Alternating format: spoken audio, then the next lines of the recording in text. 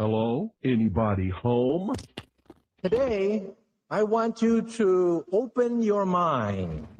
We've almost come to the conclusion that the story is so damning that the mass of people can't deal with it. We are in process of developing a whole series of techniques to get people actually to love their servitude. We face a hostile ideology, global in scope, atheistic in character, ruthless in purpose, and insidious in method. For we are opposed around the world by a monolithic and ruthless conspiracy that relies primarily on covert means for expanding its sphere of influence. To change the minds and the attitudes and the beliefs of the people to bring about one world socialist totalitarian government. The potential for the disastrous rise of misplaced power exists. It has patterned itself after every dictator who has ever planted the ripping imprint of boot on the pages of history since the beginning of time. If you can get people to consent to the state of affairs in which they are living, then you have a much more easily controllable society than you would if you were relying wholly on clubs and firing squads and concentration camps. Tools of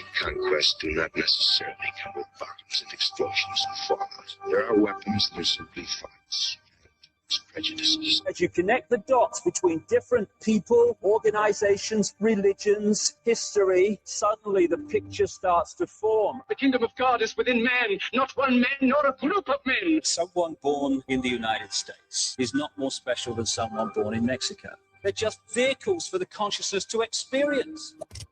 They do not want your children to be educated. They do not want you to think too much. It was learned that the aliens had been and were then manipulating masses of people through secret societies, witchcraft, magic, the occult, and religion. They reach into our children. Music, television, books. Prey on children's innocence. How can I disprove lies that are stamped with an efficiency? So if you have the opportunity to stand next to one of these machines, it feels like an altar to an alien god. Genetic power is the most awesome force the planet's ever seen, but you wield it like a kid that's found his dad's gun. The Army Air Forces has announced that a flying disc is now in the possession of the Army. Too many others know what's happening out there. And no government agency has jurisdiction over the truth. Any state, any entity, any ideology that fails to recognize the worth, the dignity, the rights of man, that state is obsolete. A case to be filed under M for Mankind in the Twilight Zone.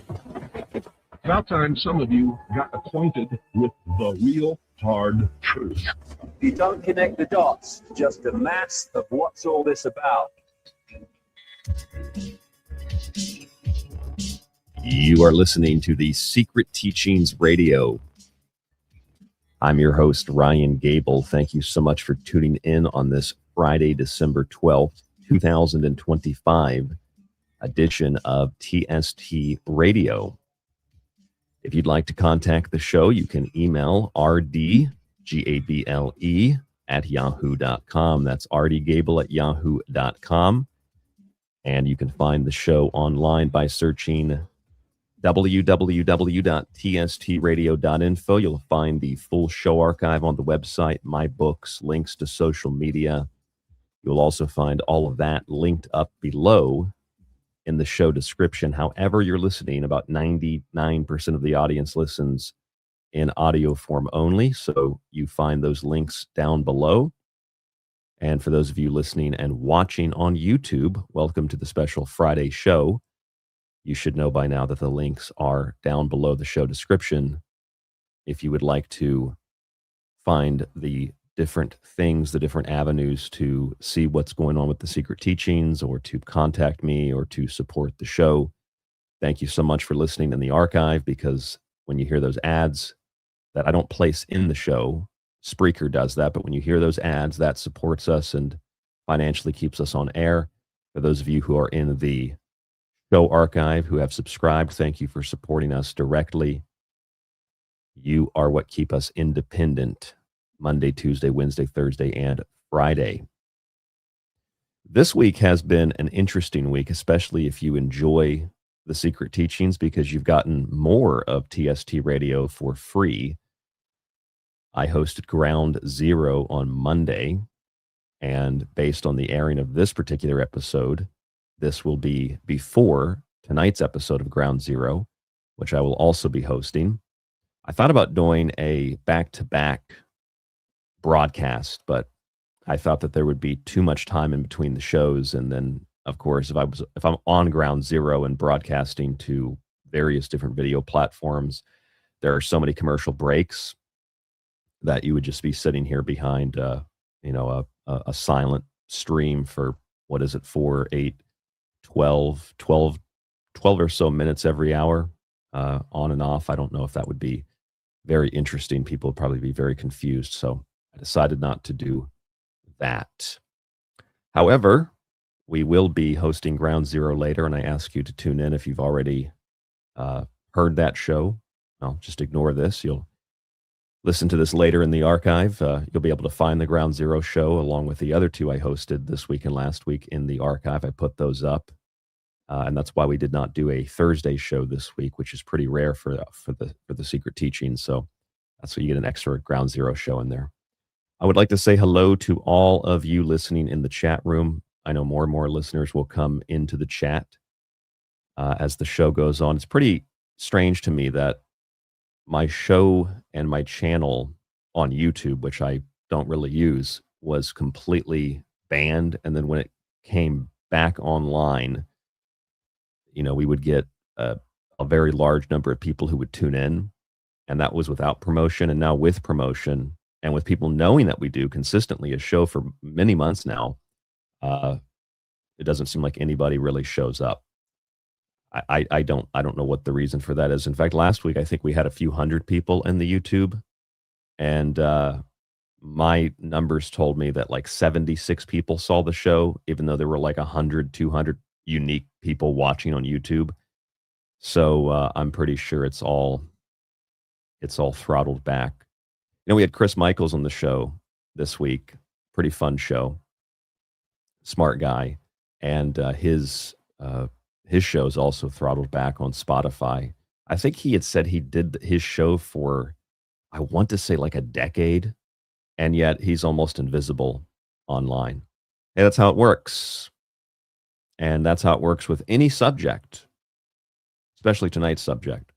If you haven't seen the show title, the show tonight is called One Flew, like flew, over the Cuckoo test.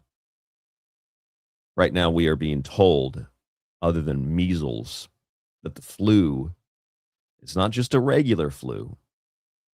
In the UK, it's a super flu. Or at least that's what the headlines have been saying that I've been reading. A super flu. Now, what is a super flu? I'm not sure, because when you click on the headline, it takes you to, in this case, a BBC article that has a different headline. And it says, why is the flu so bad this winter? And should you buy a vaccine? Which I believe is the third headline they've changed. It was super flu. And then it said something else after that. And now it's, why is the flu so bad this winter? Which just the headline alone should be enough to make you think, to ponder. Why is the flu so bad this winter? Well, why wasn't it this bad 2, 3, 4 winters ago? What exactly is bad? Does that mean people are sick, or does that mean people have tested positive, or does that mean that because it's the winter time, doctors are diagnosing people with the flu? Which I remember when I was a kid, I don't think we even got flu tests. It was just, you didn't feel good, you go to the doctor, and they say, we think you have the flu, after they touch your tonsils or something and put a piece of wood in your mouth and compress your tongue, and you've got the flu. It wasn't even a test for me. You have the flu. And then they write that down in their little book. I think doctors required state laws and federal laws. If you have a case of the measles, et cetera, you have to report that. And then the CDC takes all that data and says, we have this many cases of whatever. We have this many instances of measles, or whatever the case might be. I want to be very clear about something. Tonight's show is not about COVID-19, or really even about the flu. It's not about disease. It's not about diet. It's not about nutrition. It's not about health. It's not about any of those things. You might be confused, but Ryan, you're talking about the flu. There's an article about the flu up on the screen. Yeah, well, I know that it's difficult to talk about certain things without these pre-programmed assumptions surfacing. And we find that in ufology, we find that in health, we find that in politics. Obviously, you can't talk about certain things, left wing, right wing, without being assumed to be on one side or the other. Same with ufology. And it's, of course, the same thing with health. I want to be very clear that this is not a health show. This is not a nutrition show. This is not a virus show or something like that. This show tonight is more so about thinking and thinking critically. Let's read that headline again from the BBC. Why is flu so bad this winter? You don't have to go to school. You don't have to even really be that smart. You don't have to read encyclopedias of medicine or anything like this to ask a very simple question. Why was the flu not bad a few winters ago then? Why is the flu suddenly bad this winter? This article gets very, very interesting. It says flu has come early this winter, and experts predict it could be a particularly nasty season because of a new mutated version of the virus, which is circulating.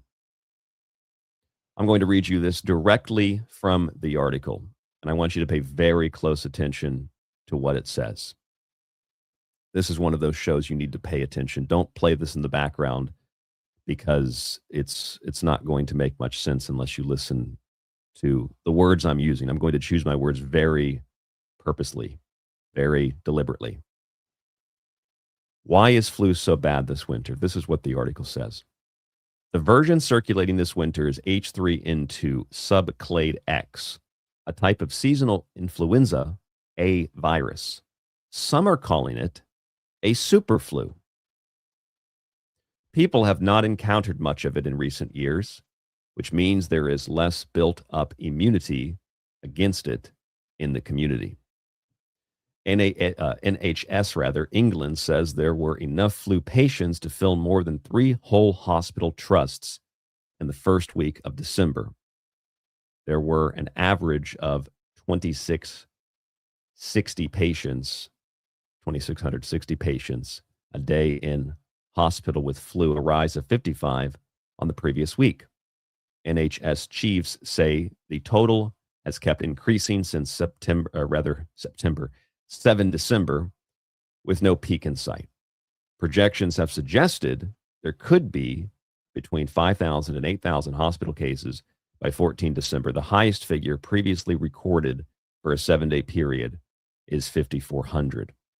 Flu is also spreading in Scotland, with the number of confirmed cases up by a quarter in the last week. Cases are also up in Wales and Northern Ireland.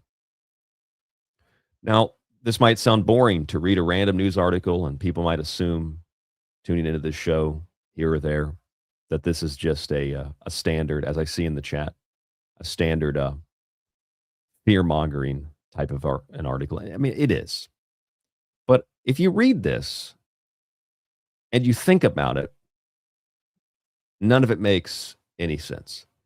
Let's start with the first line. Some are calling it a super flu.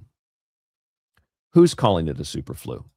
There's not a quote, not some doctor or some scientist who's being quoted, even without a link. It just, some are calling it a super. Who's calling it a super flu? The BBC? People have not encountered much of it in recent years, which means there is less built-up immunity against it in the community. Interesting, because in the previous sentence it says, the version circulating this winter is H3N2 subclade X, a type of seasonal flu influenza A virus. So this is a mutated virus that I think, get the impression, says it's a new mutated version. We get the impression this has never circulated before. But then down here it says people have not encountered much of it in recent years. So it's new, but we've not encountered much of it, meaning that it's out there somewhere, but it's also brand new. And maybe we've had it before because some people have encountered it, but not a lot of it. To me, that doesn't make any sense. If it's a new mutated virus, then people should have never encountered it. It should be a completely new thing to encounter. Then this is where things get interesting. NHS England says there were enough flu patients to fill more than 3 whole hospital trusts in the first week of December. There were an average of 2,660 patients a day in the hospital with flu, a rise of 55% in the previous week. NHS chiefs say the total has kept increasing since 7 December with no peak in sight. Projections have suggested. This is the interesting part. Projections have suggested that there could be between 5,000 and 8,000 hospital cases by 14 December. That sentence right there obliterates the entire article. These are projections, they're simulations, mathematical models that have only suggested, not proven, that there could be, maybe, X number of cases by 14 December. And with these projections that have only suggested that there could be X number of cases, well, the highest number of projected suggested could be hospital cases is the highest for a 7-day period. So I don't really understand how anybody reads this and thinks that this is science. I don't think this is, I think this is fraud. Projections have suggested there could be between 5,000 and 8,000 hospital cases by December 14th. The highest figure previously recorded for a 7-day period is 5,400. Also, at the high end of our estimates, this could be the largest number of cases ever. And of course, cases doesn't mean anything. Flu is also spreading in Scotland with the number of confirmed cases. Okay, confirmed cases doesn't mean sickness. I think most of you know that. And those cases in Scotland are up a quarter in the last week. Well, a quarter from what? So this is not about disease necessarily. This is not about health or viruses or vaccines or anything like that. This is about common sense. This is about being objective. This is not about debating health or debating disease or debating, quote, treatments or debating vaccines. This is about recognizing that the narratives around these things are false. They're assumed and they're false. We just assume, oh, well, you know, we all grew up with the flu. We all grew up with a cold. So when they tell us the flu is really bad, it's just kind of built-in programming. Not even necessarily a malicious programming. It's just built-in programming. Most people don't think about it. But what this explains, what this demonstrates, is that the whole idea of the super flu that they've quoted nobody in saying is based on projections that have suggested that there could be between 5,000 and 8,000 hospital cases, which is really not a lot of people. You know how many people go to the hospital for stupid stuff around the holidays? It's a lot more than that. I think in the U.S., it's like 3 times that amount people go to the hospital cutting themselves on pumpkins or blowing fingers off with fireworks, or blowing their house up with deep frying turkey. I think it's 30,000 for deep frying turkeys. So literally like more than 3, is it 16, 24, almost 3-4 times the amount go to the hospital for turkey explosions than for these cases in the UK. And then the highest figure ever recorded is 5,400 cases. So they put an estimate above that, and it's a record. It's a record because it's all based on a projection. It's not real. Let's go to the chat. Noka in the chat says, yes. He's talking to Joe in the chat. The creator of the PCR test said it's not a diagnostic tool. Yes, Carrie Mullis said that. I have the clip I can play for you. That's important. It's also important to note that, as I said at the beginning of the show, there are many people that are diagnosed with the flu that don't take a flu test. I remember being a kid and going to the doctor and being told, he's just got the flu. No test. He just has a cold. No test. And if you think about that, what is it? He has a cold. Well, I am cold. I have a cold. What does a cold mean?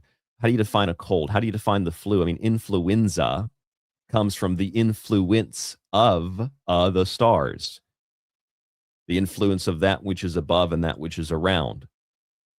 Being influenced by external things, we might assume those are germs. I don't assume that anymore. So why is the flu so bad this winter? Well, because of articles like this. That's why the flu is so bad this winter. Articles like this. And in articles like this, most people just read the headline. And then if you get past the first line, then you read the rest of this article. And I think this is for people that feel as if they're smart and want to be informed. And you see a chart like this, a graph like this that you see on your screen. Look at this graph. UK Health Security Agency data from December. Look at that spike in cases. But based on 2022, 2023, 2024, 2025, it appears to be on par with those years. So why is the flu so bad this winter? Well, it looks like it was equally as bad the winters before. And this is in their own chart, their own graph. So I call this fraud. That's what I believe it is. I believe this is fraud. It is deception intended to result in financial or personal gain. For some, it's fraud. For others, it's just a job to write articles like this, to publish things like this. And then ultimately, now we've entered into the age of artificial intelligence. I mean, Washington Post and other articles from other publishers have been written by artificial intelligence for 10 years now. The Washington Post has employed it more than others from what I remember reading, but others have used it as well. And now you don't even know if the article is written by a human. You just type in the prompt, I want an article about how dangerous the flu season is. And there it is. And it generates it for you. It's getting better at that too. And all you have to do is put in the parameters that you want. You know, I want there to be a sense of urgency and fear. I mean, this is fraud. This is fraud by definition, because what does it do? It goes on to sell you, who needs a flu jab? Should I buy a flu jab? I wonder, maybe this is just me, but people used to say vaccines, or, you know, if you're anti-vax, and the people that didn't like vaccines called it a jab, especially to get around censors online. Now I feel like the mainstream is using that term too, because I guess maybe they think it's trendy. Like all these kids, all these young people and some old people, they call it a jab. So if we say, who needs a flu jab? Then it'll appeal to the young people. This is fraud. That's all that it is. It's fraud. But hey, look, the NHS offers a free flu vaccine to people who need it most. How does the NHS offer that? It's not free, because the people that need it or don't need it, whatever, are paying for it with their taxes. So the government takes your money and then pays a corporation for a product and then gives the product to you and says, look, this is free. That's the equivalent of taking money out of your dad or your mom's wallet, buying them a Christmas gift, wrapping it, and then putting it under the tree and saying, look, I bought you a gift. Yeah, with money you stole from me. It's utter nonsense. It's absolute fraud, among other things. And there might even be a shortage of vaccines too, it says. So you got to make sure you go get that vaccine. That's a marketing strategy, right? That's like when, a new video game console comes out. We only made a couple hundred. You better get to the store and buy one. And then you get there and they got basically a warehouse size inventory of them. It's urgent. You got to go get them now. Got to go buy it now. Get that flu vaccine now. We got a shortage of them. You got to go get it. This is probably one of the best parts of the article here. Is it a cold, super flu, or COVID? What are the symptoms and when should you seek medical help? And then they go on to list the colds, the flu, COVID, etc. Look at these different symptoms. Colds, the symptoms appear gradually. For the flu, it comes on suddenly. These are very scientific descriptions of how people come down with the cold and the flu, wouldn't you say? Plus, wouldn't you think maybe if the symptoms appear gradually, that would mean that you're not really recognizing them, right? Until one day you wake up and you just don't feel that good. And then you say, well, it came on suddenly. This doesn't mean anything. It's so stupid. Here's their definition of the flu. You feel wiped out. Very scientific. Wiped out is kind of like what you think. You get home from a hard day work or you do something that's strenuous on the mind or body. Maybe your friend calls you and says, hey, do you want to go get something to eat? And you're like, I'm just wiped out. It's not a very scientific explanation of how you may or may not be sick. So we can do this. Go to the CDC, flu symptoms, type that in, and go to CDC cold symptoms. Maybe they got different symptom complexes in the UK, but let's just take a look at the common flu and the common cold symptoms in the United States. For the symptoms of the flu, it's fever, cough, sore throat, runny, stuffy nose, muscle, body aches, headaches, fatigue. Some people vomit and have diarrhea. Here's the cold, runny nose. We have that for the flu. Here's more of the cold, cough, sneezing, sore throat. Well, there's a cough, there's a fever, there's a sore throat, same thing. Headaches, mild body aches. Look at that, headaches, body aches, same exact thing. And then there's your fever. So I'm confused here because literally the symptoms of the flu are the same as the cold. But if you were to read this article, they give you the impression that they're different, distinct things. This is fraud. That's what it is. It's fraud. If you've never thought about these things before, you might want to do a little bit of thinking about them. You might want to investigate the claims that are assumed to be true. This is fraud, plain and simple. And it is part of a much larger series of frauds that are perpetrated on the public every single year. Like clockwork, over and over and over and over and over and over again. Because every year, here comes the flu, right on cue. Not QAnon, but another kind of Q. It's fraud. Why is it so bad? Not because of articles like this. That pretty much summarizes it. Let's go to the chat.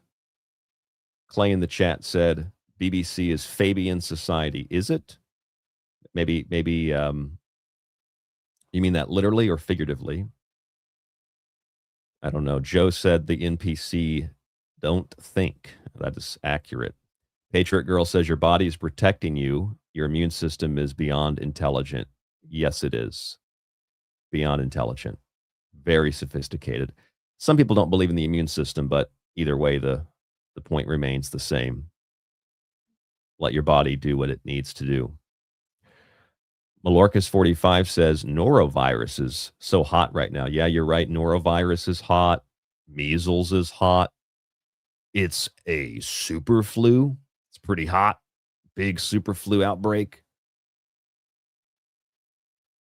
And, the one question I have that I'm sure that all of you have asked at one point or another is that if modern medicine was the savior that it's presented to be, and I'm not saying that modern medicine is not necessarily a good thing, because you break a bone, they can set it, they can help you out. If you're in dire need of antibiotics, they could potentially help you if you're in dire need. But the idea of let's get a yearly flu shot. I mean, has this ever prevented people from getting sick? There's no possible way to quantify that. However, you can quantify that people who take the flu shot seem to not feel that good after they take it. Now, how is it possible that some people, including myself, have not taken a flu shot as an adult, 16 years as an adult, and have never, ever gotten the flu? In fact, I have not even had a sick day outside of having maybe a tooth issue, or a sick day outside of being really exhausted, or having burned my tongue, just having normal things that happen in life occur. I haven't had a, quote, flu day since I was in high school. How is that possible if these are extremely contagious viruses or particles? Well, you wouldn't say that if you were older. Older people get the flu. Well, older people are also older. They're also older. Their bodies are more worn out. Weather changes are harder to deal with. I'm only 34 and I can't stand the weather changes. I feel like my body wants to shut down when I'm exposed to cold temperatures. I'm a Florida man, so I'm like a lizard. I need heat. I need humidity. When it's cold, I shut down. I can't imagine what it'll be like when I'm 60, 70 years old. I probably will die in the winter. Can't take it. The human body's pretty fragile. This is all based and built on fraud. Let's listen to what Carrie Mullis had to say, since he was brought up in the chat. Let's take a listen to this. If they could find this virus in you at all, and with PCR, if you do it well, you can find almost anything in anybody. It starts making you believe in the sort of Buddhist notion that everything is contained in everything else, right? I mean, because if you can amplify one single molecule up to something that you can really measure, which PCR can do, then there's just very few molecules that you don't have at least one single one of them in your body, okay? So that could be thought of as a misuse of it, just to claim that it's meaningful. Those tests are all based on things that are invisible, and the results are inferred in a sense. PCR is separate from that. It's just a process that's used to make a whole lot of something out of something. That's what it is. But it's not, it doesn't tell you that you're sick, and it doesn't tell you that the thing you ended up with really was going to hurt you or anything like that. I find it so interesting that Carrie Mullis, who invented the PCR test, and Robert Malone, who helped to invent mRNA technology, the literal inventors. I mean, in the case of Carrie Mullis, the direct inventor of PCR, Robert Malone was a co-inventor, from what I understand. But the people that actually invented it, when they decide to say, well, this is what it actually does, we dismiss them. It's not like they're just random scientists or random doctors. Like, these are the people that worked on the thing that's being used to scare you or to profit, or to create profit based on a campaign of fear. And yet these are the people that are like untrustworthy. I thought they're the people that invented it. I don't really understand how that works. Supposed to trust the doctors and the experts. Well, I'm listening to what Carrie Mullis said. He invented the test you're using. He's a quack. But he invented the test that you're using. It just doesn't make any sense, which is why I call tonight's show One Flu Over the Cuckoo Test, because that's what it is. We get the flu because of a cuckoo test, a crazy test that does not tell you if you're sick. That's an assumption. You know, like with UFOs, right? UFOs are unidentified flying objects. And we assume a UFO must mean alien, but it doesn't. It just means unidentified flying object. It could be anything. It could be Lockheed Martin. It could be U.S. Air Force. It could be a foreign government. It could be a drone. It could be a balloon. It could be a commercial airliner. It could be anything. It does not mean alien. In fact, in the mass majority of cases of UFO sightings, it's guaranteed almost to not be alien. Unless we're talking about foreign governments from whatever government we live under, or foreign militaries or people, then that would be alien to us. But yeah, extraterrestrial, let's say. It's almost never really a consideration that it's aliens. It's a very similar thing with disease. It's a very similar thing with tests. You got a test, got a positive result. It must be a disease. No, it's just a particle in your body. And everybody's body has lots of particles in them, billions of particles, actually. Lots and lots of particles. I believe Joe in the chat is right. Joe Ryder in the chat says he was silenced, referring to Carrie Mullis. I believe that he probably was. He died, I believe it was about a year before the COVID pandemic began. I think he was a loose end that had to be tied up beforehand. That's what I think. Marilyn Kluger says zinc and vitamin D and sunshine. I'll tell you a fun story about zinc. You know, seeds have a lot of zinc in them. And, you know, you can obviously you get your vitamin D from the sun, as Marilyn says. When I was working at the co-op, when the pandemic began, I tried to cope. We'll say that. I tried to cope with the fraud and the fear and the lying and the panic and all that went along with it. That's why they call it a pandemic. You panic. It's a panic of the people. And so I, running the produce department, not the manager, but running a lot of the produce, I could basically do what I wanted. I made a display at the front of the store, and I put out all the different seeds, bulk seeds, that had high levels of zinc, which is, you know, most of them, a lot of them. I put out different things that had zinc in them.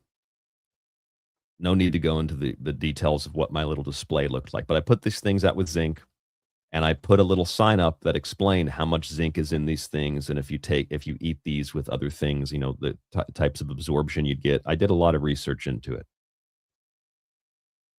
And of course, you can imagine the response of the management and the other people at the store. They looked at me weird, like, what? Why are you doing? That's so stupid. People need to go to the doctor.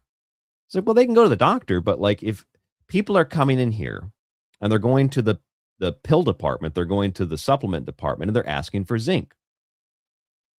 And then I'm putting a sign up here that explains that you're going to get more zinc and your body can absorb more zinc with these seeds. And they're like a fraction of the cost, because a bottle of zinc was like $40 or something, $30, $40. But this little bag of seeds was like $1.50. People walk right past it, go get the expensive zinc. We're out of stock of zinc. No, we're not. We have zinc in the seeds, and they're basically free. Like you could just pick up change on the side of the road and buy this bag and you got enough zinc. But people just walk right past it, don't even think about it. And that's when you're informing them. It's not even that it's just there and you don't know. I didn't know at one point. I had to learn. It's that when people are informing you, well, no. I need to get the supplemental zinc is better zinc, which it, you know, based on investigations. I forget the name of the study. I'd have to go back and look at one of Michael Greger's books. Most of those supplements, it's like 60% conservatively, if I remember correctly, don't even contain the ingredients that are supposed to be in them. The supplement industry is another fraud. But that's my story. I put out seeds. Nobody cares about the seeds. They want the zinc supplements that cost 10, 15, 20, 30 times more. You know, what are you going to do? And of course, everybody else at the store thought I was crazy. What are you talking about? Zinc and seeds? What? That's crazy, Ryan. You just want this conspiracy. I heard you listening to some conspiracy theory show in the back. It wasn't a conspiracy theory show. It was a show about nutrition. And it was explaining how seeds have zinc in them. These are also like crazy liberal hippie health people, a lot of them. They love the earth, man, but they didn't know that seeds have zinc in them. It's really shocking, actually. It's really, really shocking. Noka says, just do your research and eat natural food sources. Yeah, but you have to be careful because there's a lot of propaganda about that now. There's the food paradox. Oh, plants can be dangerous. Yeah, well, I mean, unless you're retarded, I don't think anybody's going out and buying poison ivy or finding poison ivy and eating it. It's natural, so I can rub it all over my body. I don't think anybody's that stupid to do. Well, I mean, there probably are some people that are stupid. So you have to be a little bit careful with natural sources. There's a natural fallacy there, nature fallacy there. But generally speaking, it's definitely a lot better than the zinc supplement. Mallorca said, I worked produce, dairy, frozen, and receiving at Jewel Food. I don't know what Jewel Food Stores is. Where is that? Where's that located at? That's a grocery store I've never heard of. I thought I went to every grocery store in the U.S. I'm a grocery store nerd. I don't think I've heard of Jewel Food Stores, unless it was like, is it a one-off or something? I don't know. I went to the original Piggly Wiggly at one point too. Never heard of that one. Joe says, Illinois. All right. If I ever make it back to Illinois, before I kill myself, I will go to the Jewel grocery store. I've been there. All right. So I could ramble on and on and on and on about this BBC article. It's such a great article to expand upon. We spent 40-something minutes on this already. I want to show you something else, though. This article here is, I've been getting a lot of articles from Tucson. And for some reason, I'm not allowed to read. Now you have to subscribe. Okay, so if we have to subscribe, we're going to get behind the paywall real quick. Let me get behind the paywall and I can read this article to you. This article here, though, is about how the city of Tucson, it's really important to listen to the terminology used here. The city of Tucson is going to recommend that you get hepatitis B shots for newborns. And they're basing that recommendation off of the CDC no longer recommending it. I thought that was interesting. Did you read this the last couple of days? The CDC's Advisory Committee on Immunization Practices is based on the argument that not all mothers are infected and can pass the disease along to their newborns. I'm unable to get past that paywall, but I have a screenshot of the article. It says, the panel's members were all handpicked by Health and Human Services Director Robert F. Kennedy. So that's Junior. So you can't trust him, is the implication. He's crazy. But I'm really unconcerned with if it's RFK Jr. or if it's JFK. It doesn't really matter to me. The point is that the city of Tucson says we're going to keep recommending these vaccines. The article starts out, it says, Arizona health officials will continue recommending a hepatitis B shot for all newborns within 24 hours of birth, despite a new recommendation to the contrary Friday by U.S. Centers for Disease Control panel. I find that interesting because it says, I have a screenshot of this. I'll pull up I have this little sheet prepared for Ground Zero with screenshots of some of these articles and links. Look at this. It says Arizona health officials will continue recommending a hepatitis B shot despite new recommendation to the contrary from the CDC. So when I first saw this article, the reason I opened it up and took a screenshot was because on Facebook, this article was headlined in a very aggressive and muscle flexing way. City of Tucson officials, they've decided to stand up for the children, and they've decided to recommend, in the face of a CDC recommendation, that kids still get these hepatitis B shots. And I read that and I thought, oh, they're posturing. They're trying to sound like they're anti-RFK Jr. They're anti this White House, which I am too, but for different reasons. And they're really concerned with the kids. But then you read it and they're like, we're going to recommend something because the CDC doesn't recommend it anymore. What is that supposed to mean? They say it with an authority as if it's like a law. We're not going to follow the federal law. We're going to implement our own law. And people, that's what they think it is. I lived in Tucson for years. That is exactly how people in Tucson think. That is exactly the general mindset you get when you go to businesses. I lived there at the tail end of the pandemic. That is exactly how people think. I know that because I called the health department. And I asked the health department, are you able to enforce any of these recommendations? No, sir, they're recommendations. We can't enforce them. They're not laws. And then you show that to people. They just cannot wrap their heads around this fact. People think a recommendation is a law.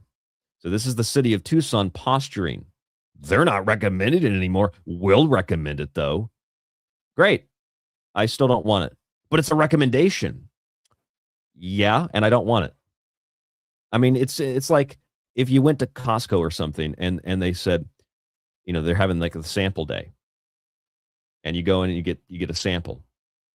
And they say, you know, or you're like, this is really good. How did you cook this? Well, we recommend that you buy the whatever the product is with this other product. That's our recommendation. And if you cook them together, it tastes really good, as you can see by the sample. Okay, and you're like, it does taste pretty good, but it's kind of expensive. I can't afford to buy that, and you walk away. It's not a law. It's called a fucking recommendation. Hey, I recommend that you listen to the secret teachings. I don't want to listen to the secret teachings. All right. It's not a law. It's a recommend. It even says it right there. Continue recommending a hepatitis B shot. Well, you can recommend it all you want. I ain't taking it, and I ain't giving it to my kid. In this case, we're talking about newborns. And this is even weirder because I know that Arizona is one of the most free and open states for this kind of thing. It's strange because I know that liberals in particular in Tucson see a recommendation and go get their newborns a hepatitis B shot. And it's based on nothing but loving the government and authority. It's so bizarre and so weird. But beyond that, I want to remind you of something here. What you see on your screen right now, this is my little notepad for Ground Zero later, to give them an idea of what I was going to do on the show. This is from August 2025. This is the HHS press office. I know I've shown you this before, but I wanted to show you this again. For anybody thinking, well, things are changing. We got RFK Jr. with the non-recommendation. Things are really, really looking up for the United States. They're cutting vaccine research. They are moving ahead with better nutritional advice. These are all things that are pushing us in the right direction. I'd say, well, you know, I don't know if that's true. And in fact, based on the available evidence, I'm quite convinced that it's not true. In fact, there seems to be a shift happening, but it's not for the betterment of public health. Look at what this says. This is according to Robert F. Kennedy Jr. They're terminating 22 mRNA vaccine development investments because the data shows these vaccines fail to protect effectively against upper respiratory infections like COVID and flu. So they're cutting off that research. And a lot of the conservative right-wing MAGA media says, this is what I voted for. Praise Jesus. But see, what they forget is how to read after that part that they read that sounds good to them. They just become illiterate. Where then it says in the literal next sentence, which is a quote from RFK Jr., it says, we're shifting that funding towards safer, broader vaccine platforms that remain effective even as viruses mutate, which is extra interesting because broader vaccine platforms means universal vaccines, which are being developed by not just the Stargate project, but also this is the brainchild of people like Dr. Fauci. And I have the book that RFK Jr. wrote about Fauci. And I think I have it right here. Hold on. Let's see. I have the actual book. And I remember, I don't think I have it highlighted, but it's somewhere in the end of the book here where he talks about universal vaccines being the brainchild of Dr. Fauci.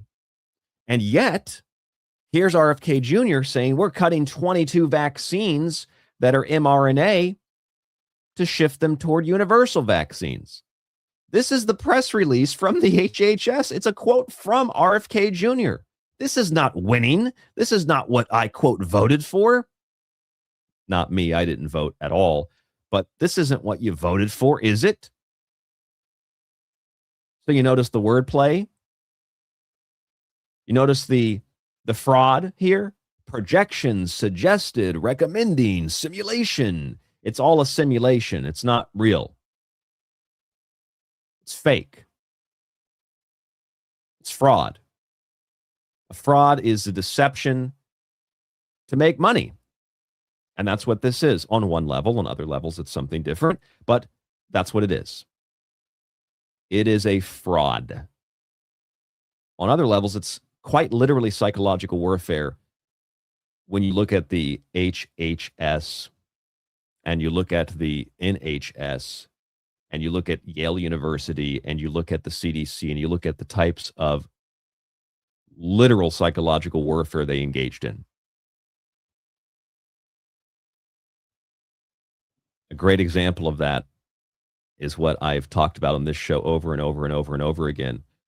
I've yet to see anybody in any of the, quote, mainline alternative media bring this up.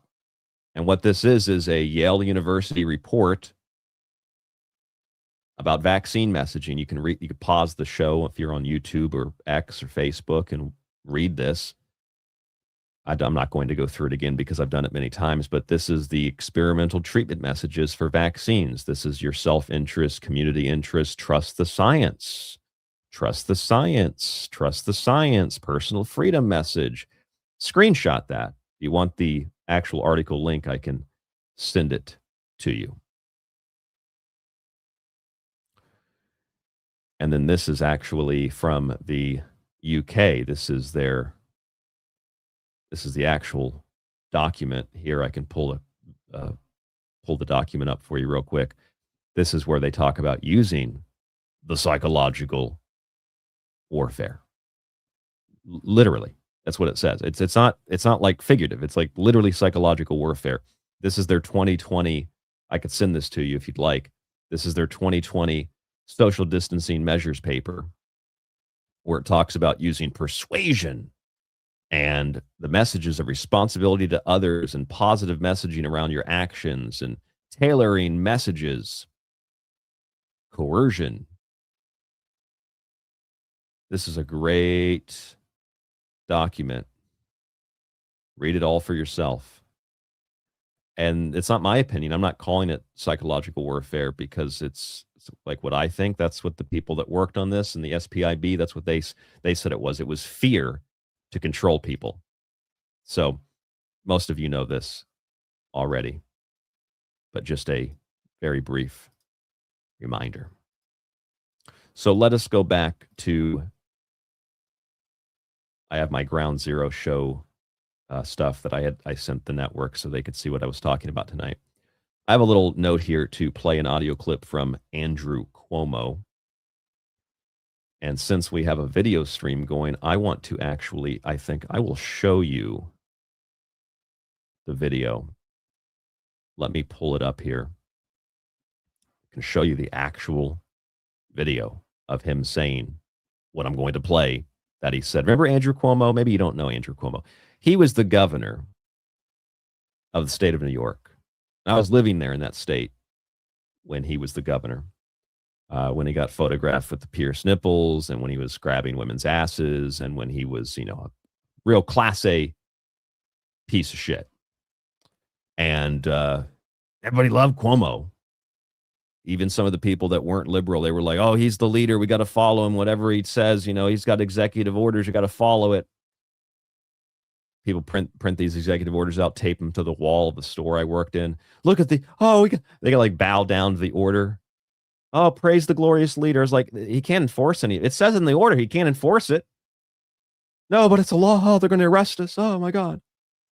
Let's listen to what Andrew Cuomo had to say about his time in office. Pay real close attention to the wording that he uses.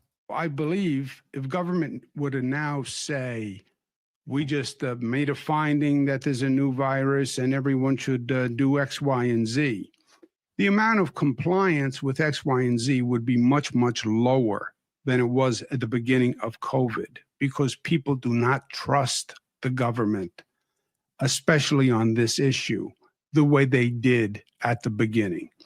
And that would be a complicating factor, right? When you have people who just don't listen, because government had no capacity to enforce any of this. You must wear a mask.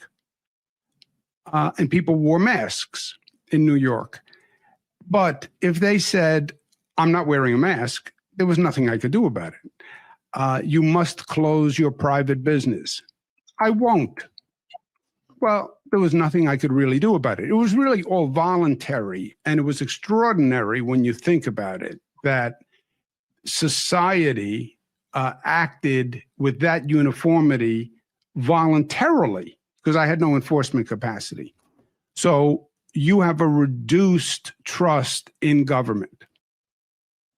I mean, I heard that for the first time when he actually said that several years ago.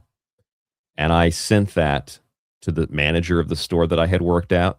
I sent that to, I think, everybody that I still had in that work email. I posted that to the grocery store page on Facebook that I worked at. I sent that to my ex-girlfriend. I sent that to her whole family who thought I was crazy. They live in New York. She didn't think I was that crazy. I actually had to help her get out of all of her mandates, and they ended up giving, not an attorney, but I got her back pay for her job that she was never appreciative of. But I got her back pay for her job because they had kept her on, they couldn't legally fire her. So they kept her, they were a big corporation. They knew the law. They couldn't literally fire her for that, for masks and whatnot. So they fired her quietly, hoping she would quit. And then I ended up getting her back pay because of the letters that I wrote. But anyway, besides the point, that's me venting a little bit about the frustration. I sent that to her whole family. I sent that to the people that I worked with. I got zero responses back from anybody. Did I expect to get a response back? I thought at least one person would message me and be like, well, I guess you were right. Guess not. And what are you going to do? This isn't some random, person online. This is the former governor, the guy that did all that stuff, saying, well, I mean, we really didn't have the capacity to enforce it. I mean, this is like one of the most astounding admissions from a government official, at least in the 21st century. This is shocking. And you know how long it took me to even find this again? It took me probably 30 minutes to even find this again. It's not even a popular thing on X or any social media that I found. It was buried, and there was only one video posted about it. I should have saved it back when I first saw it. Do people not understand the significance of what this psychopath just said? Force any of this. You must wear a mask. And people wore masks in New York. But if they said, I'm not wearing a mask, there was nothing I could do about it. Yeah, except for when I went to the store. Cuomo didn't do anything about it. But the first time I went to a store without a mask, I had somebody call me a word that rhymes with runt. You must close your private business. I won't. Well, there was nothing I could really do about it. Yeah, there wasn't anything he could do about it, but they did in some states send state police or local police went in based on people complaining or whatever the case was, based on lies in some cases, to intimidate people to shut their business down. There were gyms, there were restaurants, there were stores. Walmart got to stay open, but other businesses had to shut down. And here is Cuomo admitting, this is the governor and the governor of one of the most hostile authoritarian states during the pandemic, admitting that he had no authority to do any of it. Really all voluntary. And it was extraordinary when you think about it, that the level of compliance acted with that uniformity voluntarily, because I had no enforcement capacity. I had no enforcement capacity. Patriot Girl said, I refused to wear a mask. It was a rough time. It was a very rough time. I ended up getting some kind of like sick, twisted enjoyment out of it at a certain point. I would just go, I was one of those people at a certain point. I was just like, I don't really need to go to Wegmans today, but I'm going to do it because I wanted to see what'll happen. Going to start walking around Wegmans, no mask on. I will say Wegmans is the #1 grocery store of all time for me. That place is amazing. Outside maybe Natural Grocers, but Wegmans is a cool store. I never really got anything, no issues ever from the staff. It was always people. And that's the problem. It was people, managers, friends, people you're dating, people that you just run into randomly on a trailhead. And it's all based on a lie. Again, this isn't about COVID or something. It's just about how the government had no authority to do any of this shit. And they admit it. And people are such NPCs that they don't come back to you and say, oh, I guess I was wrong.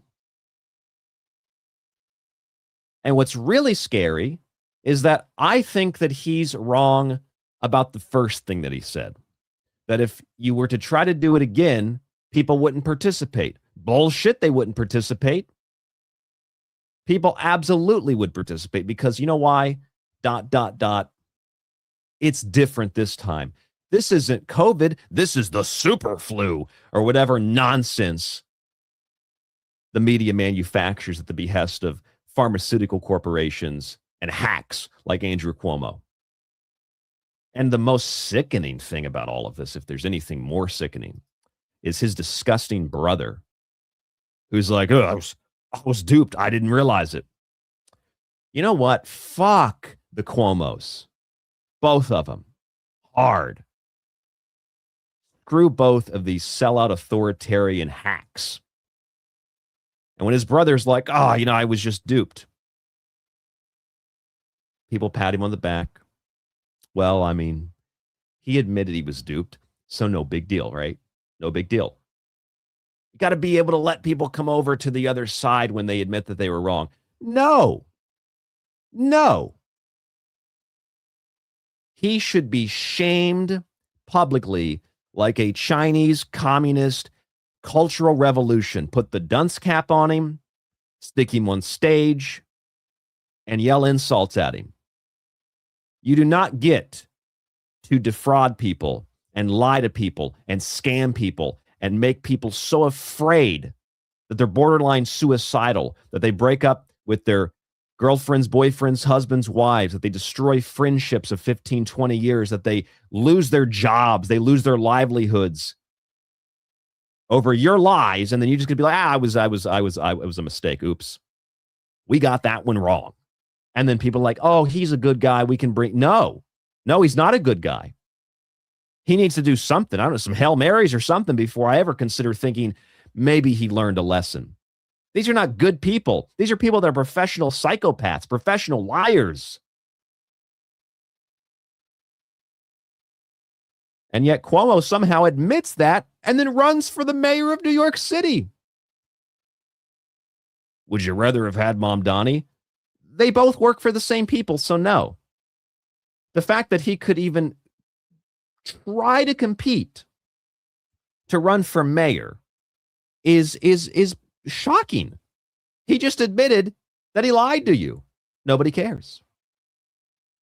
Mistos Doko says, Ryan, do you think this was a thermometer for what the public will tolerate or willingly participate in going forward? Whether that was the original intention or not, Mistos Dokos, I think that it certainly, as a psychological experiment, is used to test that, to determine that, without a doubt. Without a doubt. And Joe Ryder, you are accurate. That is why I will never, quote, make it big. Because I don't play both sides. This is just such an astounding video. You got to listen to this again. The complicating factor, right? When you have people who just don't listen, because government had no capacity to enforce any of this. You must wear a mask. And people wore masks in New York. But if they said, I'm not wearing a mask, there was nothing I could do about it. You must close your private business. I won't. Well, there was nothing I could really do about it. It was really all voluntary. And it was extraordinary when you think about it, that society acted with that uniformity voluntarily, because I had no enforcement capacity. So you have a reduced trust in government. Jan Simpson in the chat says, and referring to Cuomo, he was directly responsible for thousands of deaths in nursing homes. That's something that I question very seriously. I don't know if he was responsible for thousands of deaths in nursing homes, because they're nursing homes and people die in nursing homes. And if we believe that he was responsible for those deaths, I think two things. I think, number one, that this is a red herring or a distraction from the actual crimes that he committed, like real crimes, and part of the psychological warfare that he engaged in, and terrorizing the public. I think those are the real crimes. And the second thing I think is, if you believe that, then you also have to believe that the virus narrative is true, and I don't believe that it is. But nevertheless, Jan Simpson's still a good point. Crimes that are swept under the rug, he didn't get duped, and he'll do it again because there are no consequences. That I agree with you. They will do it again, and not COVID, just anything. It's all the same. You know, I went to a grocery store in Maryland when I was working at the co-op grocery store I was at, and I went to a grocery store in Maryland when I went on my cross-country trip. And I knew the law in Maryland. I had the executive order printed out with me, and I remember they called the police on me. And the police came and said, well, you were asked to leave. And I said, why was I asked to leave? Because they didn't want you in the store. Yeah, but why didn't they want me in the store? Well, because you didn't wear a mask. I said, yeah, but this is the executive order. Here it is. Show it to them. It says you can't enforce this, and I can participate freely and go shopping. I have not broken the law. I've not even broken any of their policies. But you didn't wear the mask and they asked you to leave. But it's not a law. You can't enforce it. And here's Cuomo admitting that, well, the state of New York, the worst probably of all the offenders, minus maybe California. I don't know. Maybe New York was worse, but California, I don't know. It's a debatable thing. Admitting that it's all fake. It's not real. That should be played on repeat, on loop, on every television network across the country. No authority. It's all voluntary. And then you get people that, oh, I wish someone would have told me. People did try to tell you, and you told them they were crazy. Told them they were nuts. So for those of you thinking, oh, I mean, things are getting better. Woo, yeah, things are better because, you know, there's RFK Jr. or something, and, you know, they're not recommending these vaccines anymore for mRNA or for hepatitis B. No, they're just not recommending it. And that means nothing, because even when they did recommend it, you didn't want to get one. It's the same exact outcome. You still don't have to get it. It's just a recommendation. It's so stupid. And he cut off all the mRNA funding. No, he cut off mRNA funding for some programs so he could funnel it into larger vaccine programs. It says that on the HHS website, just to put the money into other programs. But what about the other stuff? He did some other good stuff, right? They're going to release these new health guidelines here soon. And they're going to focus on, reportedly, they're going to focus on things like saturated fats and making sure that you eat more of those, and making sure that you eat your beef tallow. And look, this isn't a meat thing for me. This is just like a stupid thing for me. And it doesn't really make any sense, because it doesn't matter what you fry trash in. It's still trash. And this is the problem. Oh, it's beef tallow instead of seed oil.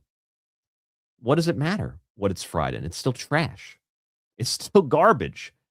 That's not winning. That's losing, for those of you who can't figure out the difference between the two. He did not cut vaccine programs. He cut vaccine programs so that they could fund other vaccine programs. And beef tallow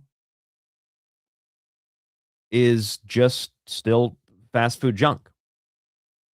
And when they released the Maha report, remember the Maha report? It was riddled with all kinds of errors, formatting issues, AI-generated content, missing links. This is not winning, and this is not good. Plus, RFK Jr. has also pushed for wearable devices alongside of Dr. Oz. You got to have wearable devices. Wearables. You know what a wearable is? It's a trackable little bracelet, so that they can make sure they know where you are at all times, so they can track your diabetes or something. I mean, how do people not see this? A lot of people are really trying to cope with what a fraud this whole thing is. Here, let's listen to RFK Jr. talk about the wearables. Diet, about their physical activity, about the way that they live their lives. We think that wearables are a key to the Maha agenda, making America healthy again. And we are going to, my vision is that every American is wearing a wearable within 4 years. Woo! Thank you, Mr. Secretary. That's great. Everybody's wearing a wearable. You already carry them with you everywhere you go. Let's have a wearable device that we plug into a central database so they can track your diabetes. My God. Dr. Oz is behind that too. And that's all part of the big, beautiful bill, the Genesis Project, and the federalized AI regulations. That's what that is. It's all part of the same beast. By the way, I've seen another story about RFK Jr. recently in the last 48 hours. In fact, I believe the USDA has a report up about this. Yes, they do. I will share my screen. I will show you this. The USDA launches new regenerative pilot program to lower farmer production costs and advance Maha agenda. Woo, we're winning. Woo, look at all this winning happening. Today, the U.S. Secretary of Agriculture, Brooke Rollins, alongside U.S. Health and Human Services Secretary Robert F. Kennedy Jr., and Centers for Medicare and Medicaid Services Administrator Dr. Mehmet Oz announced a $700 million regenerative pilot program to help American farmers adopt practices that improve soil health, enhance water quality, and boost long-term productivity, all while strengthening America's food and fiber supply. Now, I was honestly shocked to see the word fiber in there. They probably typed that word and it came up red. And they clicked on it. It said, this is, we don't know this word. They had to add that to the USDA website dictionary, I would assume. They never heard the word fiber. So I'm actually amazed that that's even in there. But when I read this, I thought, well, that sounds good, but there's one little problem with that. In the MAHA report,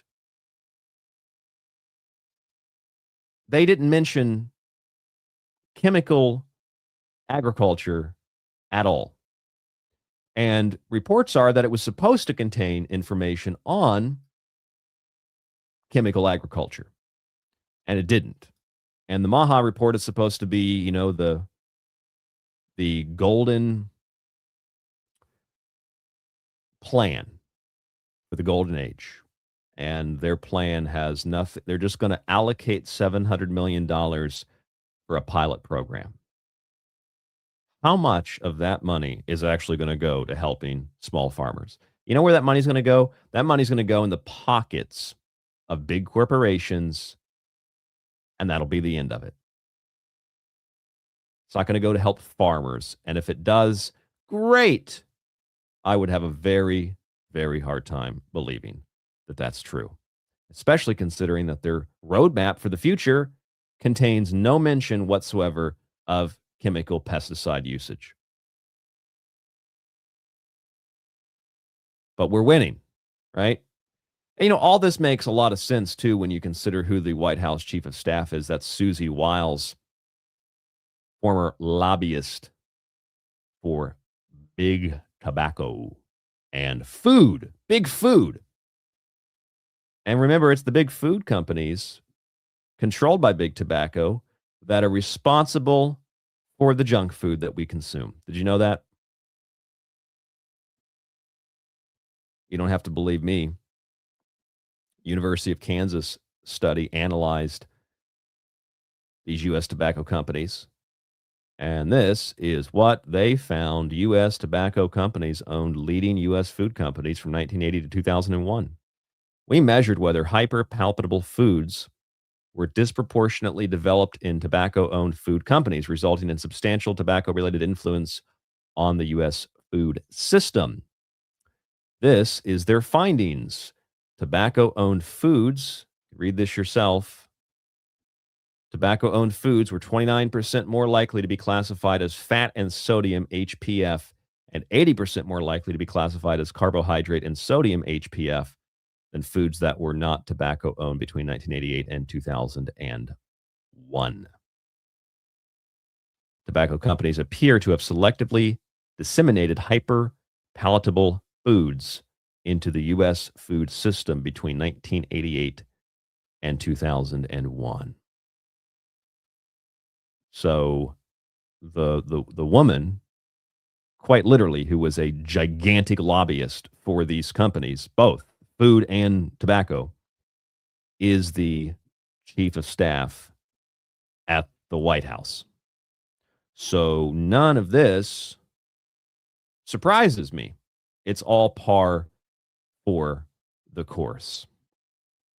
Susie Wiles, lobbyist, type that in, and you can read all about her history with the big corporations. And not just any corporation, but the tobacco and the food companies. I mean, it's almost like, at this point, I kind of get almost gleeful when I read stuff like this. It's just like, yep. Not really a big surprise there. But some people are actually surprised by it. Well, oh my God. So that's also probably why Kennedy is pushing highly processed foods. Did you know that? He's pushing highly processed meals. And that's probably because of the people that he's working with. Now, here's another thing that I think is kind of, I want to say fallacy. I don't think fallacy is the right word. here's something that's really weird to me. People say, well, you got to take it one step at a time. You can only do so much. Yeah, but as Noka says in the chat, the system is rigged. You got to take it one step at a time. You can only do so much. Let me put it this way. Even if we're talking about doing things illegally or immorally, look at the way that the White House is just going ahead with no congressional approval, no true justification or basis for invading Venezuela. Doesn't matter if it's illegal, immoral, unethical. Doesn't matter if it's all about drugs or oil or about Israel. Maduro does not like Israel, even though he's Jewish. Historically, he has Jewish heritage. So I'm pretty sure that's the reason why he's been very vocal about Israel. And most of the drugs come through Mexico with their Jewish president. I don't think that people realize that Mexico is the central hub for this. But anyway, the point is they just do it. Just do it. So if you wanted to just like fix the problems, you could just do it. Whether it's, legal or immoral or unethical, none of the shit during COVID was necessarily moral or legal or ethical, but they made you think that it was. Just do it. Just sign an executive order and say, we're shutting down all the McDonald's. It wouldn't be legal. I'm not advocating for that, but they do everything else illegally and everything else immorally and unethically. Just do this one. And this actually would help people. Just do that.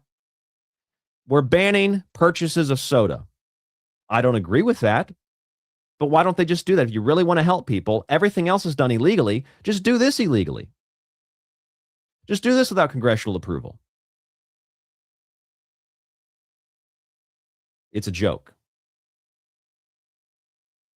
It's actually a bad joke. RFK Jr. promoted a food company he says will make Americans healthy. Their meals are ultra-processed. Oops. Oops. Super ultra-processed meals. But we're winning. I think we've entered the part of the show where people assume, oh, this must be a political show. It's not. I wanted to observe something. A friend of mine sent me an article, and there's actually several of these going back a couple of different years online. You can find Time Magazine wrote an article about this. In fact, I should probably pull that up. Let me pull up this Time Magazine article. Somebody sent me an article, though. A friend of mine sent me an article about the law. It's called like the metabolism law, the Meto law in Japan. I thought it was really interesting. There's actually a bunch of different articles about this online. But what this is, find a good article here. What this is a law that I'll read you. I'll read you what this article says. It's passed in 2008 by the Ministry of Health, Labor, and Welfare. It's known as the Act for the Prevention of Metabolic Syndrome.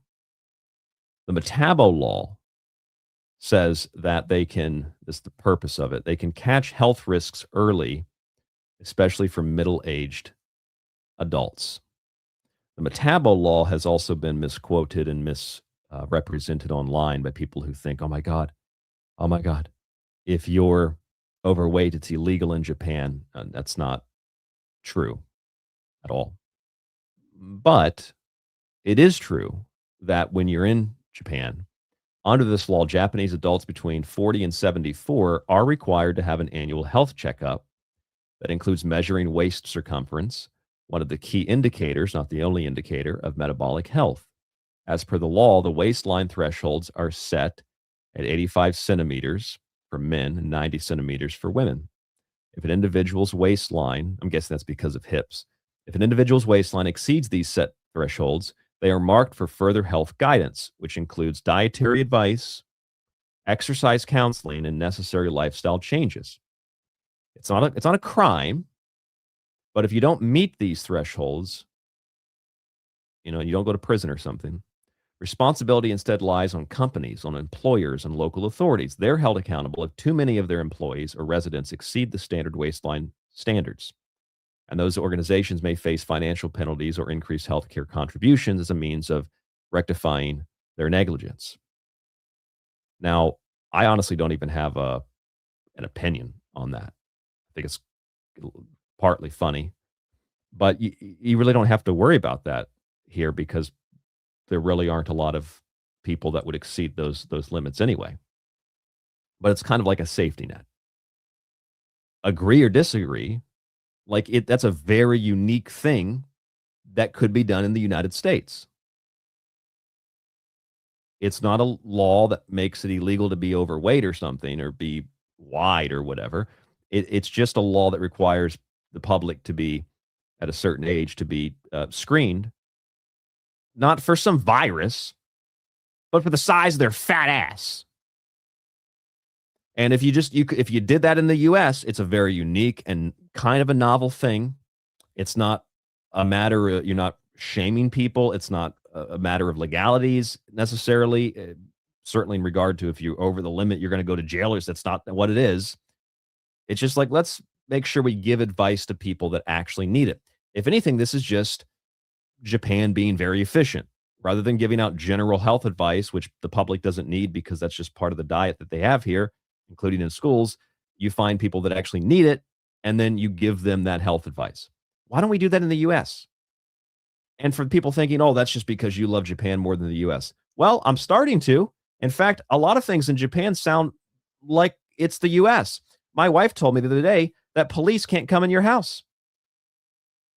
Because I asked her, I said, what happens if police, they come to your door and she's like, well, they have to have a reason to come inside, and it's very rare and it's uncommon for police to come to your house. If they do, they put, they have things that put over their shoes, but they don't come into people's houses like they do in the US. I said, really? And your company didn't force you to get a vaccine or wear a mask. And you have a law that requires people to be tested for weight so that in the chance that they're overweight, the government makes advice to help them get healthier. It sounds like things are running better here. I don't understand why we can't do these things in the US. In fact, I just saw a story from Tokyo. One of the wards in Tokyo was people were noticing that there's been an increase in trash. So the governor or the mayor of that ward, I think it's a mayor of that ward, the officials of that ward, just, they released I don't know if it's an order. I don't know what they call it in Japan, but like an order that says if you get caught littering, it's this much of a fine. And these are the bullet points. And we might have to install some trash cans in the touristy areas. And that's it. And they did that in as soon as the complaints are made, they got a response.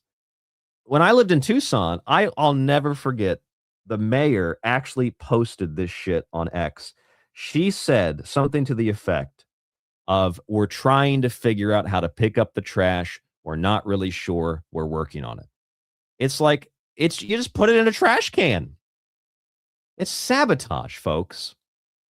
It's intentional incompetence. They're not incompetent. They know exactly what they're doing. Cuomo is not incompetent. He knows exactly what he was doing and what he did. Why didn't he tell people this isn't a law?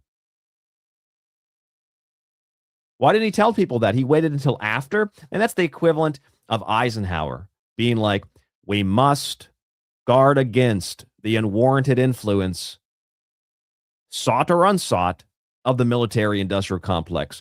Peace. I'm out. You could have said that thing when you were in office. You could have done something about it when you were the president, but Eisenhower was such a pussy that he didn't do anything, didn't even comment on it until he was a citizen again. It's a joke. There's no reason we couldn't have a law like that in the United States, or just guidelines on that in the United States. Instead, we're guiding people to more beef tallow. Get that beef tallow. And then you get these muscle heads that are like, yeah, gotta get that meat, bro. It's not about meat, bruh. It's not about meat. It's about it's still garbage. And besides, when we're talking about meat, we're talking about fries at McDonald's or other fried things that are going to be dipped in this crap. I don't care if it's beef tallow. I don't care if it's seed oil. I don't care if it's soma. I don't care if it is the nectar of the gods. You're still frying it in trash. If you take real gold leaf and you stick it on a piece of dog shit, it's still dog shit. I don't care how much gold leaf you put on it. It's still dog shit. It's just like if a bathroom smells awful, you go to like a grocery store or you go to the mall and the bathroom, just somebody took a big dump in the bathroom or people did something inappropriate in the bathroom and the bathroom just smells awful. And then they put in one of those like Glade air fresheners. So now you get the smell of asshole, human feces, maybe sex and semen mixed with toxic chemicals from Glade. Makes it smell really nice in the bathroom. It's just so stupid. Malorcas is dead on in the chat. Eisenhower didn't want to go out like Patton. Yep. He'd have probably had an accident walking out of the White House if he would have done that when he was the president. But you notice the wordplay and all this stuff. I wanted to show you something here. Let me show you this on the screen.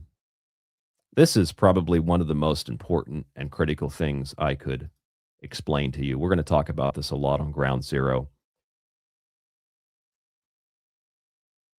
This is a quote from Pfizer's website. For those of you who don't believe me, I could show you the actual website, but I think that you probably believe me enough now. I don't need to pull up the website every time. I think that I've proved myself enough that you can just trust that this is actually what Pfizer's website says. Here's a link to it if you want to look it up. It says that with a naturally evolving virus, it is important to routinely assess the activity of an antiviral. This is from a press release about gain-of-function research.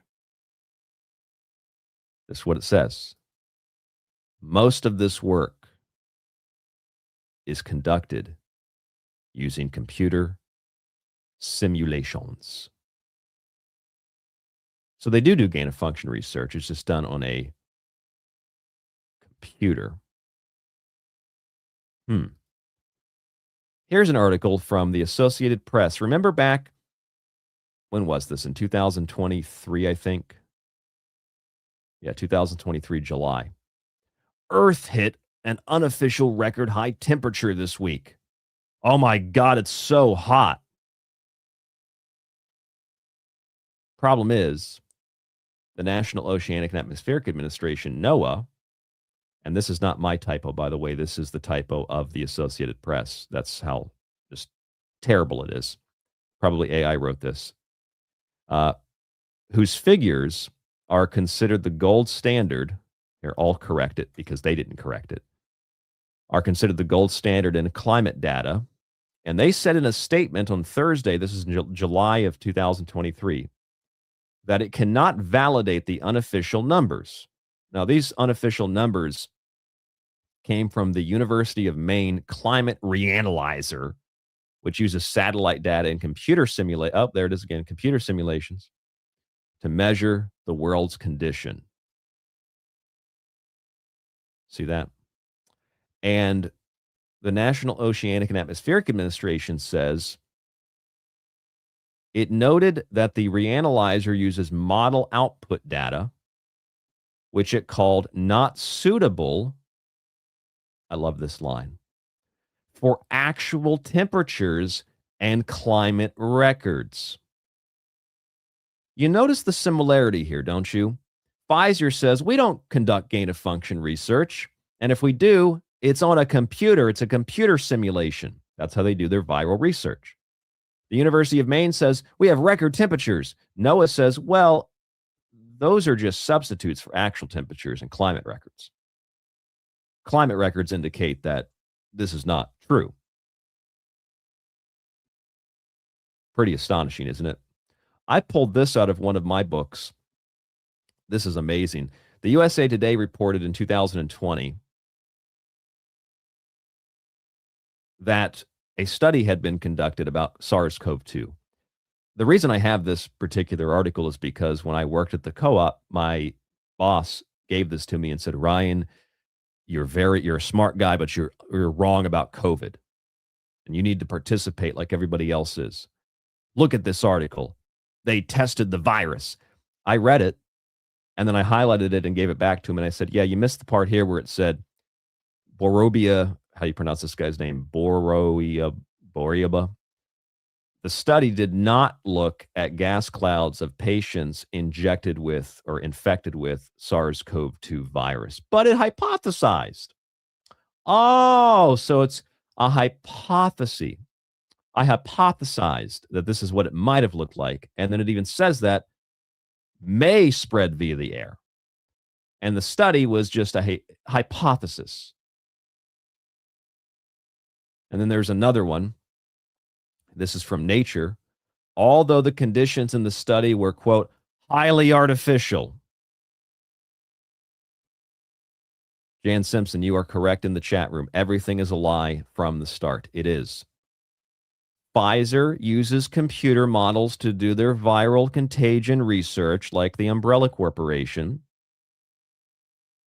The University of Maine uses computer simulations. And NOAA even called them out on that. You use substitute temperatures and climate records. If you look at the actual climate records, it's not the hottest time on record. And here are the COVID studies, Nature magazine and others. This is just, we hypothesized. And the conditions were highly artificial. Anybody want to explain that to me? I know those of you listening to the show, you understand this. I'm being obviously sarcastic. Anybody want to explain that to me? Could anybody listening get someone to explain that to them? I'm sure you want an explanation too. Doesn't really make any sense. It's very confusing. Boomer Sooner says, why worry about health when you can make money off of addictive foods that trigger the brain? Raise premiums on health insurance, state hospitals, government health insurance for the professional thieves. I mean, that is really what it breaks down to. And more, I am becoming I'm becoming even more cynical than I was before. Because even though over here where I live, the government is corrupt. Every government is corrupt to some extent on some level. But as I've been pointing out, this is a cultural problem. We know it's a cultural problem because earlier this year, President of the United States, that's Donald Trump, recommended that, I think I have it in here. Maybe I don't have it in here. Maybe I should probably pull that up for the show today for Ground Zero. The President of the United States says that Coca-Cola should use real sugar. Remember that? Should use real sugar. I believe the name of that episode I did was called New Boss. Yeah, New Boss, fatter than the old boss. And let me see if I can find it. Yeah, here it is. Here it is. President Trump has encouraged the Coca-Cola company to start using real sugar in their flagship product. Oh, great. There's a little bit of a problem with that. The problem is, I'm going to add this to my little notepad for Ground Zero. The problem with that is that there's it's business. It's not about health. I got the links to it right here. This is from my show called New Boss, Fatter Than the Old Boss. According to President Trump, he encouraged the Coca-Cola company to start using real sugar in their flagship product. This probably has nothing to do with the 2017 sugar trade deal and the 2025 restrictions on sugar imports from other countries. It is probably a lifeline, I said, that the White House has tossed big sugar, which is exactly what it was. All about business, not about health. It's not about health. It's all about business. Nothing wrong with business, but it's not about health. We have a cultural problem. We have a cultural problem that, like the pandemic of obesity, it's overlooked. Or it's looked at by very few people, and it drives you mad because you're surrounded by people that would rather argue about one side or the other. It's horrible. Look at what you have on your screen right now. This is from a recent medical journal, Frontiers in Epidemiology. And this Frontiers in Epidemiology, I'll show this to you, the actual study. Look at the actual study here so you don't think I'm making this up. This is October 2025. Now, this is still based on germ theory, which I reject. And that is a stance that I'll take. It's not just like being objective. I'll take a stance. I reject germ theory. I might even reject terrain theory. I don't really believe in theories, frankly. But look at this story. It says in Germany, a consortium of authority-accredited laboratories, whatever the hell that even means, covered approximately 90% of all severe acute respiratory syndrome coronavirus 2 polymerase chain reaction PCR tests during the COVID-19 pandemic. And they likewise conducted serological mass tests for IgG antibodies until 2021. If you read the rest of this, it's really interesting because it says, based on the value of 0.14 found for the fitted scaling parameter, means that only, get this, only 14% of those who were tested PCR positively actually became, quote, infected with SARS-CoV-2.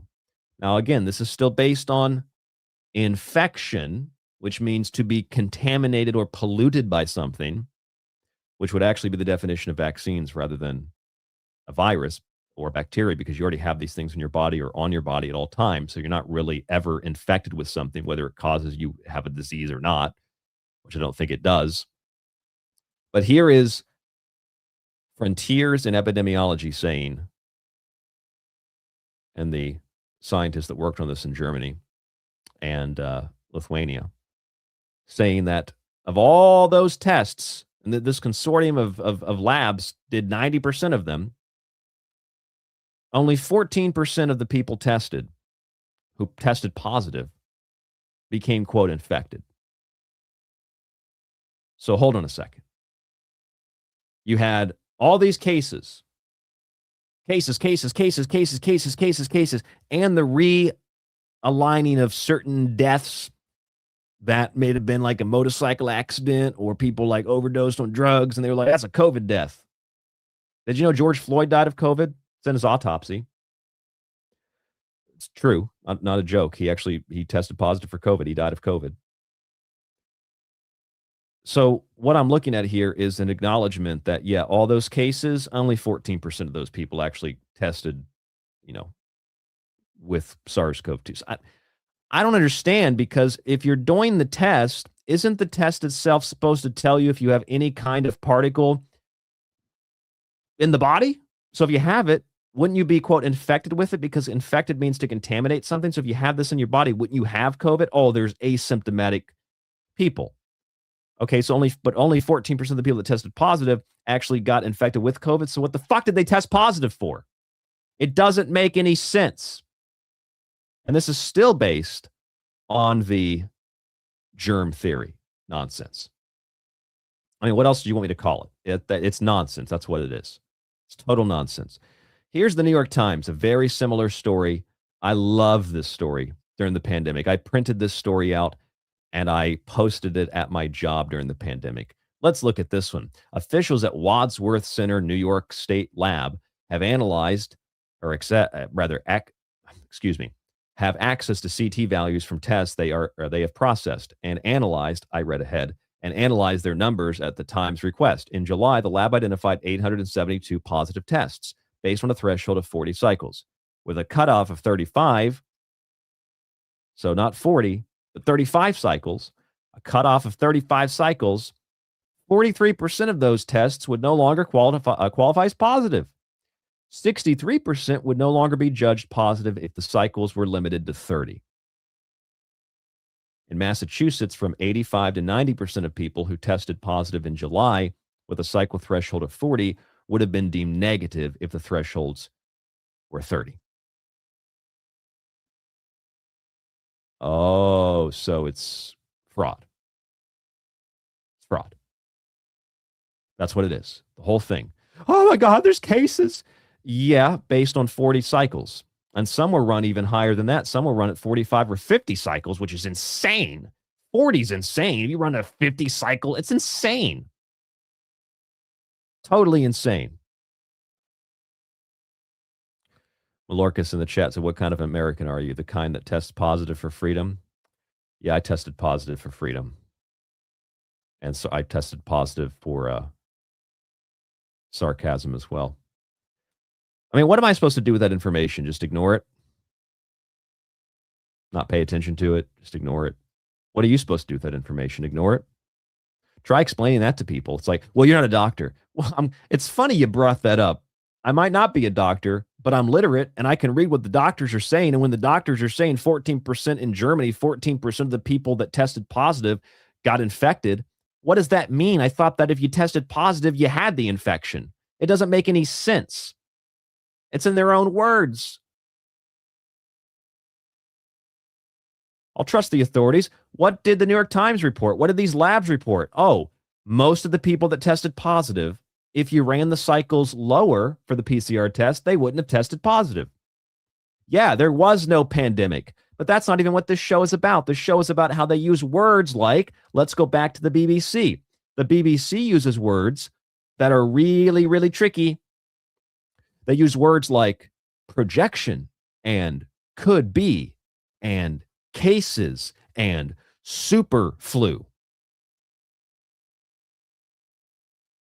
They use graphs that are identical year after year. In fact, in 2024, 2025, it was less flu cases than 2022, 2023 on average. But did you hear last year? Flu down this year? No. But flu's up this year, even though we're not even at the peak in January. How is it up? You can see the chart on the screen. How is it up if it's in line with the last 2 years, like directly in line with the last 2 years? How is it up? There's little dips and ups and downs and all of this. And last year into this year, it was actually lower on average than the year before. Anyway, though, when you look at the details of what they're saying, they look at those words. Projection, suggested, recommending. It's a simulation. It's not real. Most of this work is conducted using computer simulation. Computer simulation. Substitutes for actual temperatures and climate records. They do the same thing with climate. Hypotheses. Highly artificial environments in the tests.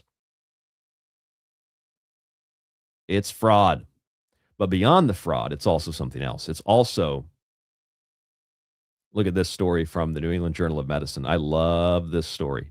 Universal masking in hospitals in the COVID-19 era. This isn't about COVID. This is about a really interesting choice of words.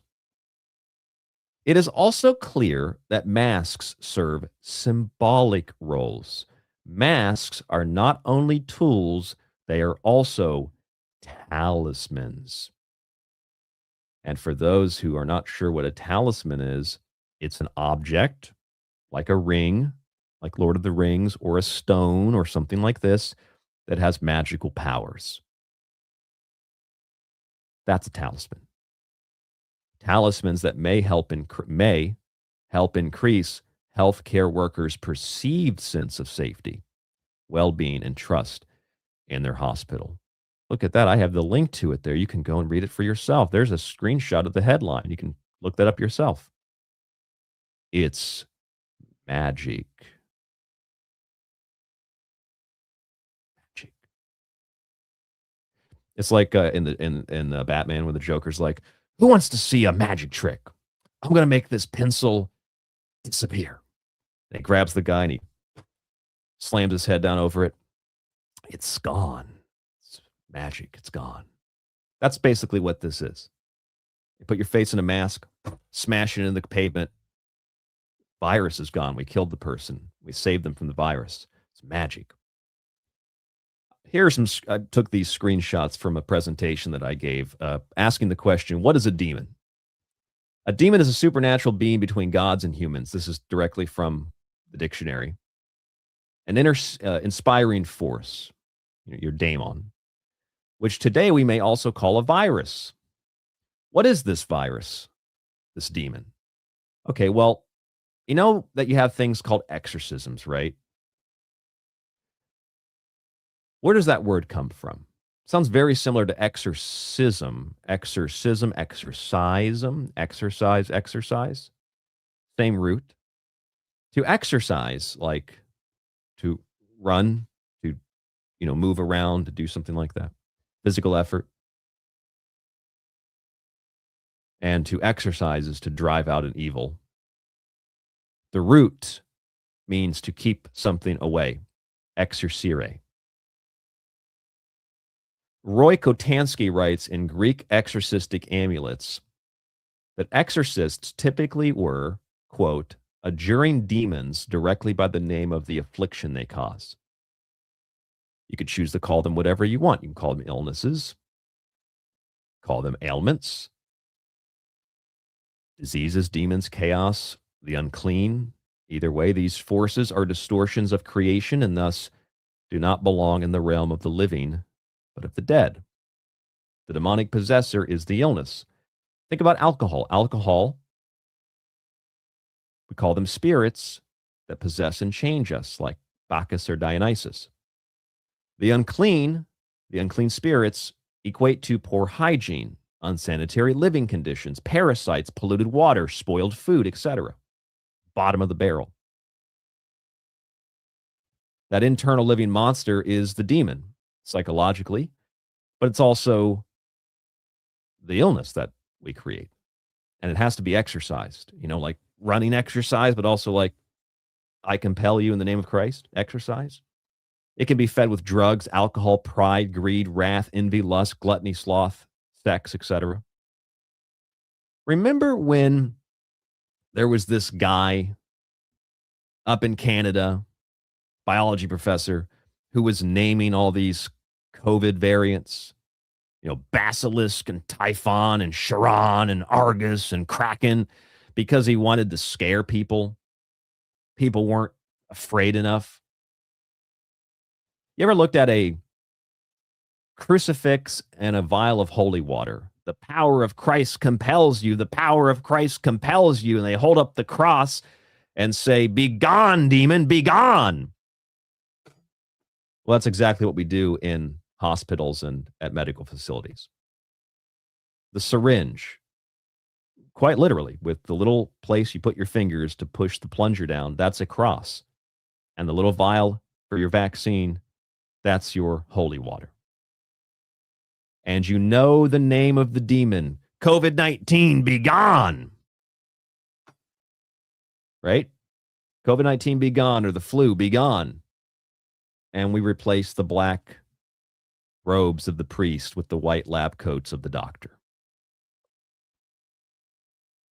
That's what it is.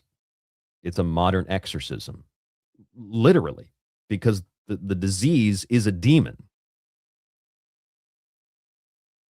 Furthermore, remember when over the ocean, BBC reported this, thousands gathered to see Bedworth COVID memorial burned.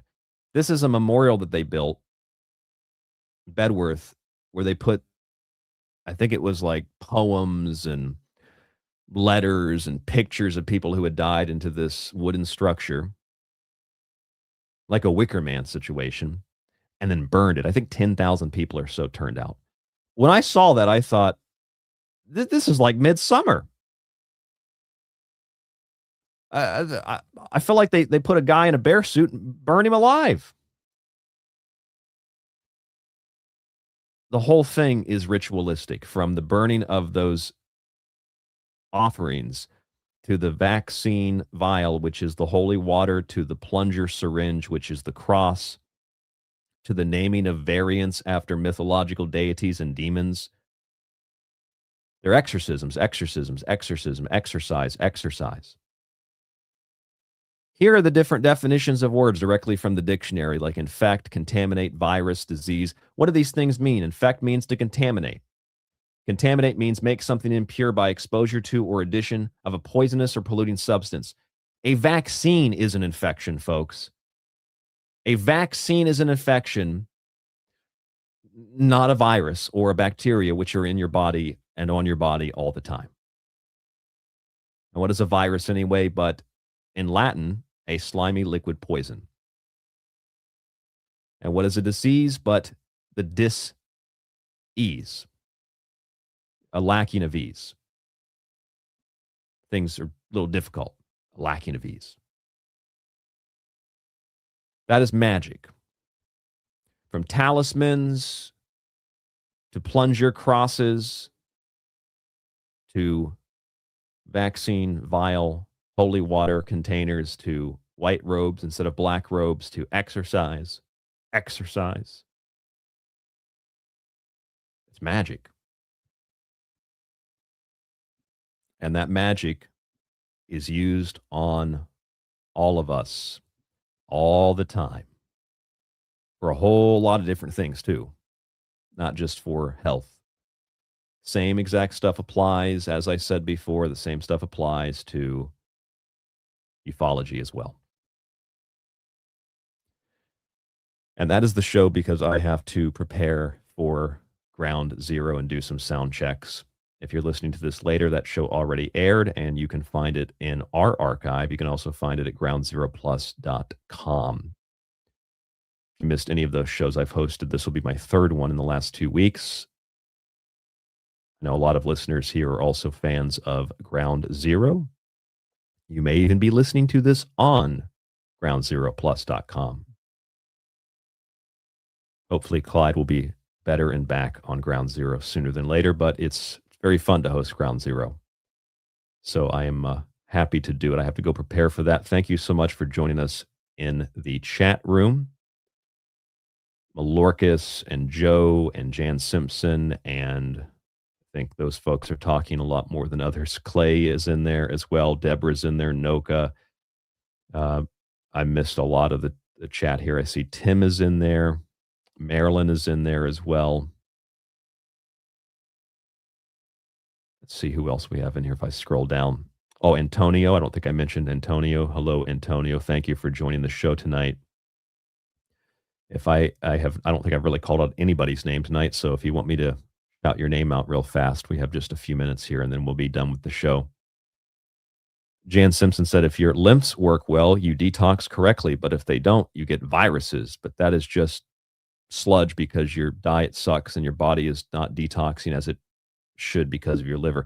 Yeah, I think that's right. That's why the doctors are like, let me feel right here. Let me see what you got. Oh, they're swollen. Yeah, they are because your body's processing poison. Joe said, what an excellent conclusion to a fantastic week worth of knowledge. Thank you for sharing, Ryan. Thank you, Joe. Thank you for listening. Thank all of you in the free show archive with the ads. Thank you for listening there because that's how we financially keep this show on air. And if I didn't have that, I wouldn't be able to do this show at all. Thank you so much for supporting us. Of course, people that subscribe to the archive, buy books, etc. This is really your last weekend to get a copy of one of my books and get it there on time before Christmas. Occult Arcana, Liberty Shrugged, etc. tstradio.info. Tim says, great show as always, Ryan. Thank you, Tim, for sticking with us in the chat. Mojo is in the chat. Great show. Thank you, Mojo. And Evan Kelly. Thank you, Evan. Antonio, thank you. Roland. Is that Roland? Yes, Roland. Thank you, Roland. How do I pronounce this one? Francois Nada. Thank you for listening to the show tonight. Crazy Backyard Chicken Man. It's got a lot of fun names. First time taking a COVID test tonight. I want to see the results. Yes, I spit on the swab. Hope you don't test positive and die. Hope you can catch the next show. Cam, thank you for joining us. And what else do we have in here? Canib Kid from Arizona. I told you would love Japan. Yes, I do. Let's see who else before we're done. Leonard is also in here. Always a great show. Thank you, Leonard, for tuning in. All right, that's about the 2 hour mark. tstradio.info, artygable@yahoo.com. Thank you so much for tuning into the show.